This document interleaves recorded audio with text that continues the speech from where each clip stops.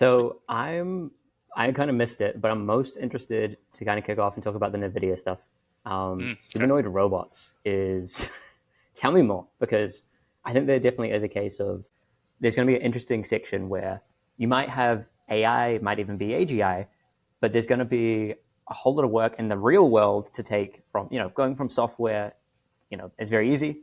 Getting into the real world much harder. So what were they announcing and talking about there? Yeah, yeah. So they were talking about. I mean, in the past, maybe we should level set a little bit. In the past, Yep. Nvidia has talked about. They've mostly focused on helping like manufacturers of these humanoid robots train them. So they have like synthetic data training platforms. They have like simulation platforms so that robots can train. In simulation before real world training. Um, Yep. and then they also I think I remember they had some sort of like lower level hardware platform to help orchestrate like multiple motors and cameras and all that stuff on robots. So they were helping in Yep. those ways. And then now they announced more, I would say, like higher level software platforms. So like again, they were expanding on NIM, which are frameworks for like simulation and learning. And then I think the new thing that I saw, I'm not sure if this is brand new, but it was the first time I saw it, was their Osmo orchestration surface, which like helps.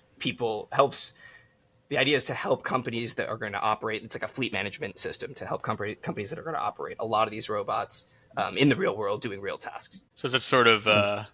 I think folks are used to drone swarms, or right? You see like kind of alternative firework displays where there are drones moving around. Is that something to the effect of that, but for humanoid robots? Yes, I think so. I think in this case, there's a bit more emphasis on human in the loop. So at least from the demos Okay. I saw, who knows how illustrative those videos are, right? Right. Right. Right. But it did look like there was a little more like tracking of all the individual robots and seeing what they're all doing. Whereas in the drone swarm, I think it's mostly like executing a Yeah. pre-programmed Yeah. like Yeah. Yeah. sequence, right? Fire and forget. Yep. I mean, this is again ignorant question. I need to learn more about this area. But how are humanoid robots even working? Like, is there a thing where you actually have better robotics that are not humanoid at all? Like for example, drones, great example, right? Nothing like humans. They can actually Mm-hmm. offer really interesting Right. utility and applications. Are humans, humanoid quote unquote robots, still the thing for like actually getting work done? I think they're a lot of people would say they're the future, right? Um, Yep.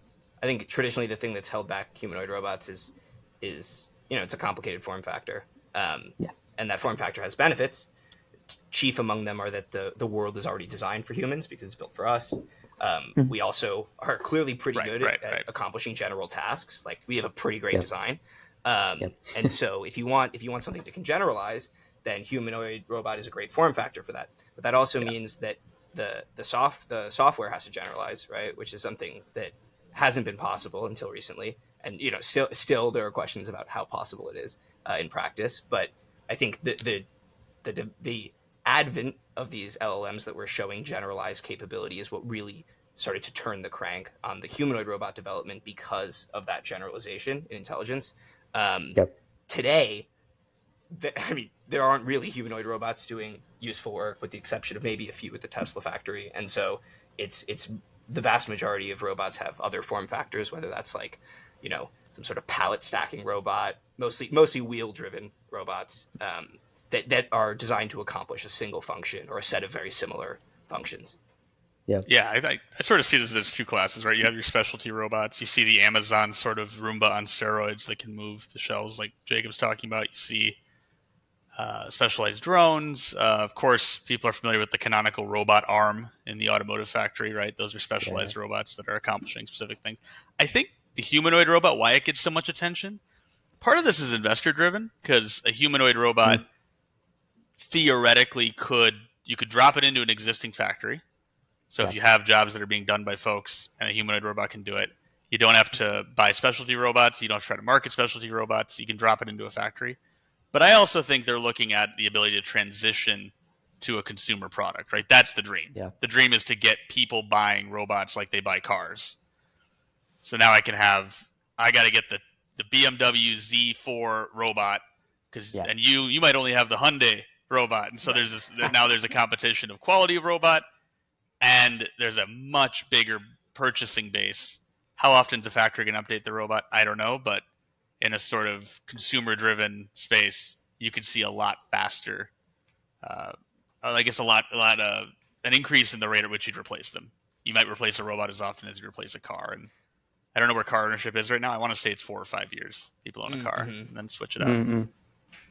I mean, it begs so many interesting questions. I think on top of that, it really does feel like it's getting sci-fi, right? Like part of the reason I'd be very investor, and you can just imagine, like you go on stage, you show this off at a conference, and everyone's like, "That's crazy."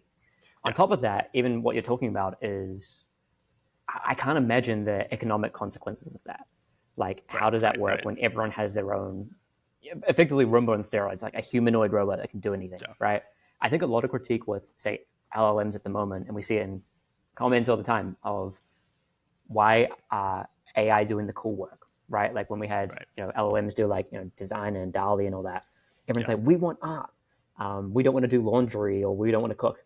So I think there's a big, very obvious application for people who aren't in the industry to be like, like if this thing can just replicate what a human can do, it can go ahead and do those manual, menial tasks that I don't want to do, as opposed to the cool, like design work that I really want to do. But it's interesting that we've got there much faster with the design work because there's so much more data, right? Anything digital, so much easier to train on. Whereas we don't necessarily record ourselves doing laundry. We don't have things typically do laundry at that point. So how do you learn? There's no perfect database of all available objects you would use laundry on. And I do wonder how. Sorry. No, So I was in the Internet of Things space for a while. I was at a startup called Silk Labs that later got acquired by Apple, and we'd have this problem all the time where there was a lot of interest in manufacturers for putting some sort of object detection or some sort of computer vision into their products. But for example, say you have a smart fridge. The first question you get asked in that board meeting where they're saying, hey, are we going to buy your tech stack and implement it is, can you detect every object in a fridge? And the answer is no, probably not, right? Because we don't have a full data set of all the possible things you could put in a fridge. And not just all the possible things, but all the things in every state of decay or orientation or lighting. And that's been this problem. So I think for a while, there's been this consumer desire for intelligence in the physical world, but I think the question is, are we ready? Is there some breakthrough now that enables that? I mean, maybe Jacob knows a bit more as well. I need to get up to speed with the literature here. But I wonder how LLMs do with generic, physical reasoning, right? And do they actually, understand when like an object's on the table or whatever? I think this gets to the very philosophical question with like any kind of artificial intelligence of, does it understand like humans? There's also the follow-on of, does it even need to understand like humans, or is pattern recognition alone enough? But sorry, Jacob, you want to say something? Yeah, I was going to say, I think it's a mixed bag on that front. Like, there's your example of, does it know that the thing is on the table? Oh, the apple's on the table, right? Like, we see questions like that perform extraordinarily well in like image understanding benchmarks, right? For like the multimodal LLMs.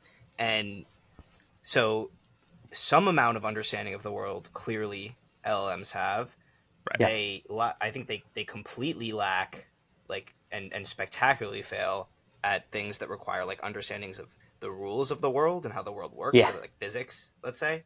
So it's like, oh, I placed this apple on the table and then I cut a hole diameter 3 meters around the apple on the table. What happens, right? It's like, it's not going to be able to figure out that the apple and that circle of wood fall through and fall to the floor. And so this is where something like, if you watch during a full self-driving session, like a Tesla will actually understand how the world works and will understand to a certain extent how things move and what they're likely to do and how their momentum and the objects around them affect those decisions. And so it's not that it's not that AI can't, it's not that machine learning can't tackle this problem. It just seems that the multimodal LLMs we have today are behind on their understanding of the real world.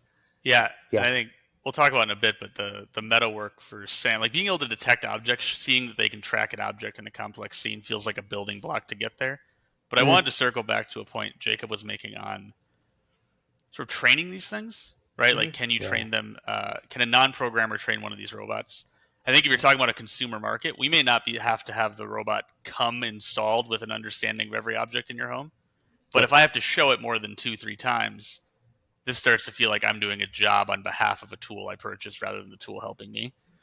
So I think there's a meta question of, can we stack enough intelligence to make it that I can show it an object once, explain what it is.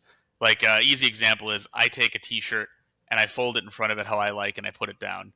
If I can do that 2 or 3 times and it gets it, and now it knows all T-shirt objects should be folded this way, that's an iPhone moment. I think then you're off to the races. Everybody's happy. But if it's failing even 80%, even 20% of the time, I think people are just going to pull their hair out and be like, screw it, I'll just go back to doing it myself. Yeah, and of course, I think we're jumping to humanoid robot as a like personal product, which of course we are, because I want that robot. I don't want to do it anymore, right? But then there's also like there's the reality that in the ways that tools like Copilot or even like sort of custom built AI automations are what's providing value right now, more so than let's say personal AI is more still like a toy or a fun thing to use. Yeah, that's a great point. And for the same problems where like personal AI really needs to truly understand the user and understand your preferences and understand what you want, and the AI tools that we have today just aren't quite there yet, and we're seeing them very quickly approach that point. So like it's not going to be far behind, but I think we'll see useful robots providing value in factories a while before they're providing value in the home. Yeah, I think it's worth calling out. This feels like a separate wave, right? Like AI will be ubiquitous. Digital assistants will be ubiquitous long before AI-powered humanoid robots in the home will be there. It takes a lot of time to put atoms together and actually build these things. Not to mention, I can't even imagine the regulatory framework you have to get around for like, I'm going to put this very heavy metal object that can autonomously move its very heavy arms in my home. It is unpredictable, right? Like, really, when we're talking about, we mentioned Nvidia Osmo earlier, and we're talking about like, the regulatory things around humanoid robots. Like, this is a Skynet question. This is actually the Skynet question. So it makes sense that there will be some regulatory attention there, right? Think 2 things of the jailbreaking potential, and also how we as a society want to deal with the fine-tuning question, right? Because theoretically fine-tuning will be possible, but how much do you want it to be fine-tuned, right? Like imagine you say, hey, to Chris' example, here's how I want you to fold the T-shirt. But instead of folding the T-shirt, you're strangling a person. Like that's kind of now merging the 2 together. Can you like override things? Can you make it do somewhat illegal? Right. What are the limits on what you're allowed to train it to do? What limits you're allowed to train it to do, right? Yeah. Can you just give it full autonomy and be like, hey, actually, I want you to just like go around screaming at night. That is correct. That is what I want you to do. And then who's like, is it the manufacturer's problem? Is it the person who's trained a problem? Right. You can do that. I mean, this is now getting to like a little bit weird, but like you could probably teach a kid that, right? Like I don't think that's illegal. Maybe you're a bad parent. Maybe it's illegal. I'm not too sure. But feasibly, a robot will have no understanding of what is right or wrong, right? Those are entirely human-derived traits. So where does the blame kind of lie?